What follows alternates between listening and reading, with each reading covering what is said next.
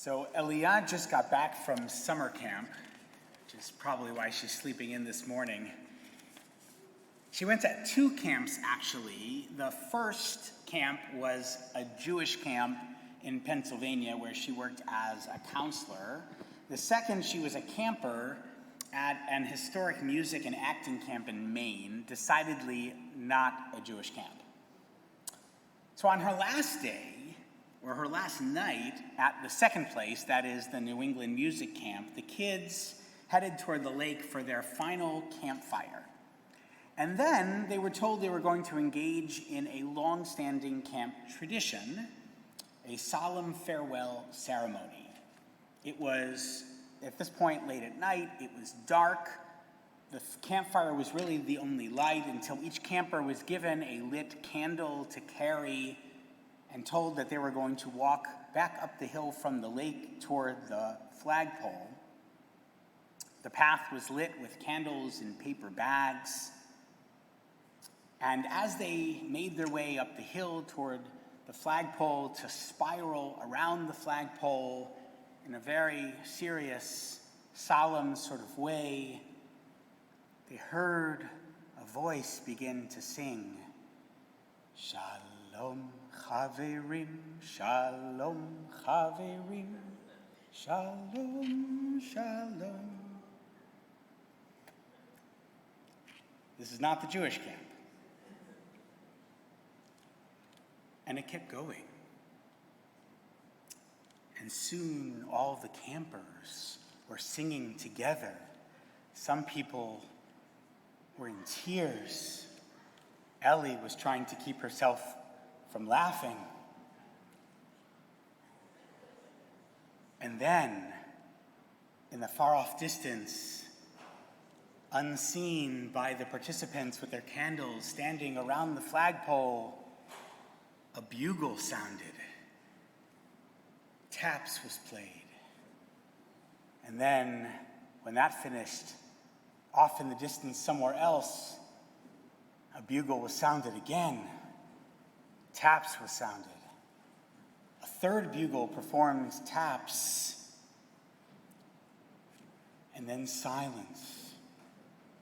And then the counselors said to the kids, in no uncertain terms, silence, return to your cabins. And that was the end of the ceremony. No explanation. Ellie asked some of her counselors. They didn't know what the words meant. At least one of them didn't even know it was Hebrew. You really can't make this stuff up. So this isn't a sermon about appropriation and when it's appropriate or not to borrow from traditions. And she wasn't able to find out where this comes from. Clearly it came from somewhere, somebody who brought it at some point in history and it got kind of passed on. But I'm not going to explore really that topic today. Instead, I want to share another story that this story reminds me of. And it's a Hasidic tale. Goes in the following way. When faced with a particular weighty problem, the Baal Shem Tov, the founder of Hasidic Judaism, would go to a certain place in the woods, light a sacred fire, and pray. In this way, he found insight into his dilemma. Now, his successor, Rav Dov Ber, the Maggid of Mezrich, followed his example and went to the same place in the woods and said, the fire we can no longer light, but we can still say the prayer, and he too found what he needed. Another generation passed, and Rabbi Moshe Leib of Sasov went to the woods and said, the fire we can no longer light, the prayer we no longer remember, all we know is the place in the woods, and that will have to suffice. And it did. And in the 4th generation, Rabbi Yisrael of Rizhin remained home and said, the fire we can no longer light and the prayer we no longer remember, we do not even remember the place. All we can do is tell the tale. And that too proved sufficient. So today what I do want to talk about is adaptation, about what it takes to take something and bring it forward in ways that are honest, respectful, and sometimes novel. Adaptation starts with transmission, of course, but the first challenge is memory. In the Hasidic tale, wisdom is transmitted from teacher to student, but with each subsequent generation, something is lost. The fundamental question posed here is whether this degradation of the ritual's original fidelity makes the whole project insufficient. Happily, it does not. In the end, the story of the ritual, not the particulars, the fire, the prayer, even the specific location, none of that is truly required. The story becomes totemic.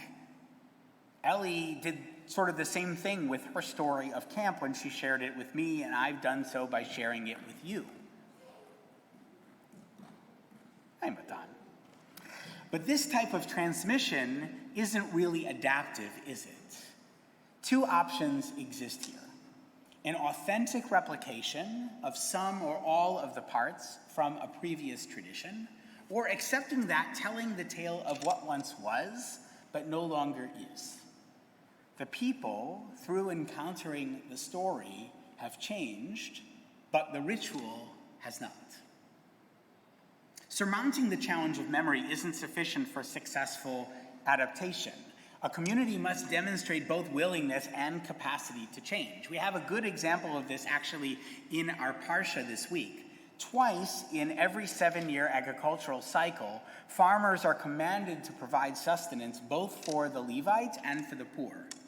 This takes the form of ma'aser, the tithing, 10% of one's yield, presumably enough to last the recipients for a few years until the next time it's required.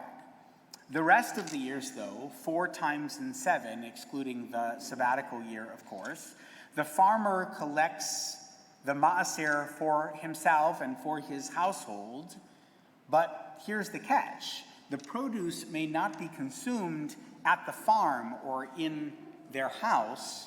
It must be enjoyed in Jerusalem. Ve'achalta lifnei Hashem Elohecha b'makom asher yivchar l'shaken shmo sham. You shall consume the tithes of your new grain and wine and oil and the firstlings of your herds and flocks in the presence of your God, in the place where God will choose to establish the divine name. Okay, so the place where God chooses to establish the divine name, that's Deuteronomic code for Yerushalayim. But not everyone lives in Jerusalem, right? We don't live in Jerusalem. In fact, in those days too, pretty much all of the farmers didn't live in Jerusalem. So we need a solution that allows these farmers to fulfill the commandment to make pilgrimage, but not to rent a tractor trailer to get all of those crops and animals there. And the solution comes actually in the next 3 verses. It says, should the distance be too great for you, should you be unable to transport them, you may convert them to money, wrap up the money, take it with you to the place that your God has chosen, and spend the money on anything that you want. Cattle, sheep, wine or other intoxicant, anything that you desire, and you shall feast there in the presence of your God and rejoice with your household. So the challenge, a portion of one's yield must be dedicated to pure enjoyment and gratitude to God. But that enjoyment must occur in one specific communal place. The solution, convert crops into silver and silver back into a banquet. You might like lamb. She might want beans. He prefers scotch. She likes a nice Chianti. The tradition, not even rabbinic literature, right here in the Torah, in fact, allows for adaptation, currency conversions that fulfill the goal of centralized worship without requiring the ritual to look the same for every person. But sometimes the challenge of adaptation is not about memory or willingness or capability. Sometimes it's about necessity. The cliche is that necessity is the mother of invention, but it's also sometimes the engine of adaptation. And the sad truth, though, is that what's necessary is sometimes incredibly difficult, even tragic. I imagine many of us have been watching the news out of Hawaii this week. You'll recall that I spent a month on Maui last year. It was a magical visit, and I have countless wonderful memories from that place. The loss of life, dozens of people, animals, the broader environmental impact, these are, of course, the most tragic things. But I also find myself mourning for the places in which I spent time, sometimes hours or even days. Mala Pier, where Miriam and I snorkeled with sea turtles, gone. Fleetwood's on Front Street, a hollow shell. The dive shop where I learned scuba. The entire town of Lahaina, destroyed. The historic 150-year-old banyan tree taking up half an acre in the city center where I sought shade on more than one occasion is badly burned. They say it might survive if the roots are healthy, but who knows? Other places on the island, too, are decimated. How will Maui adapt? It's too early to know, of course. Grief will be their foremost concern, as it should be. But eventually, adaptation to the changed world will require some measure of acceptance. This is not to say that we should accept all aspects of tragedy and loss, injustice, or the fact of climate change as if there's nothing that can be done. Acceptance is, as Stephen Covey once put it, knowing the difference between our circle of concern and our circle of influence. Kohelet famously looked at the world in all of its pain and tragedy and opined, Ein chadash tachat hashemesh, there is nothing new under the sun. But accepting that there are things we cannot change is the only way to discover that which we can. The influential Christian theologian Reinhold Niebuhr wrote a prayer which was adapted into the famous Serenity Prayer.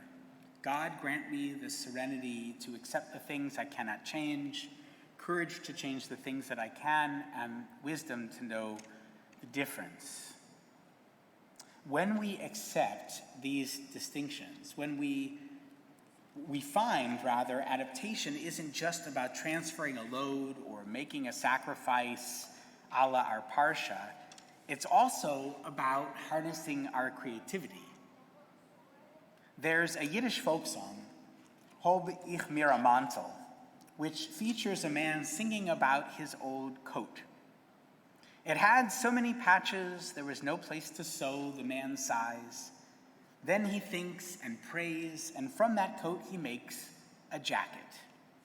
The same thing happens to the jacket, so he makes a vest, and then a hat, and then a little pouch, and finally a button, all from the same material. It's a delightful tale about reuse and recycling long before those ideas were in vogue, but the best part of the song is the final verse in which the man has run out of things to make. He sings, now I had a little nothing that I made long ago. It hasn't any patches. There is nothing now to sew. So what does he do? He makes a song out of it. Creativity grows out of necessity and acceptance of the way things are, but also, most importantly, it grows from a vision of how they could be. Author Austin Kleon writes the following in his book, Steal Like an Artist, 10 Things Nobody Told You About Being Creative. Don't just steal the style, steal the thinking behind the style. You don't want to look like your heroes, you want to see like your heroes. Adaptation that stretches beyond transmission is about seeing further and better. It doesn't have to be totally original. Perhaps, as Kohelet says, nothing really is. It just has to be of value.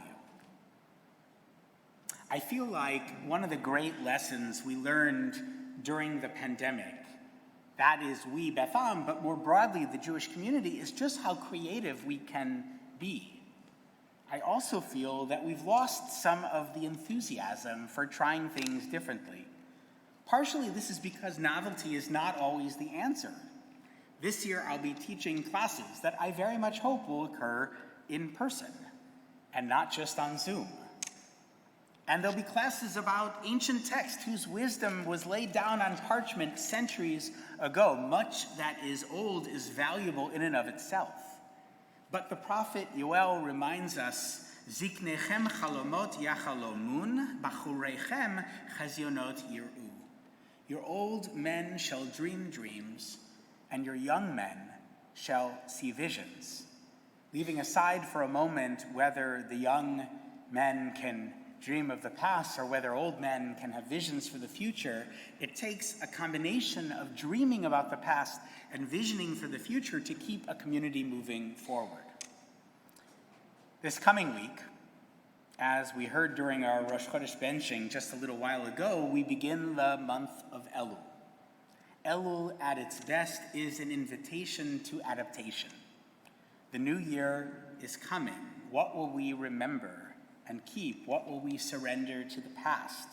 What will we change for the better? What would we like to have that we simply cannot? What will we be willing to risk for an uncertain future? As the Rosh Hashanah liturgy will remind us, Hayom Harat Olam, each year is pregnant with possibility. What will we birth and nurture and raise up to holiness in the year to come? What is the song that we will write, the story we will tell?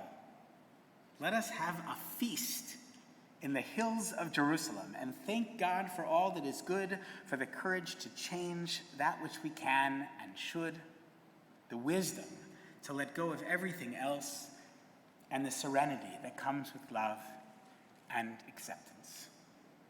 Shabbat Shalom.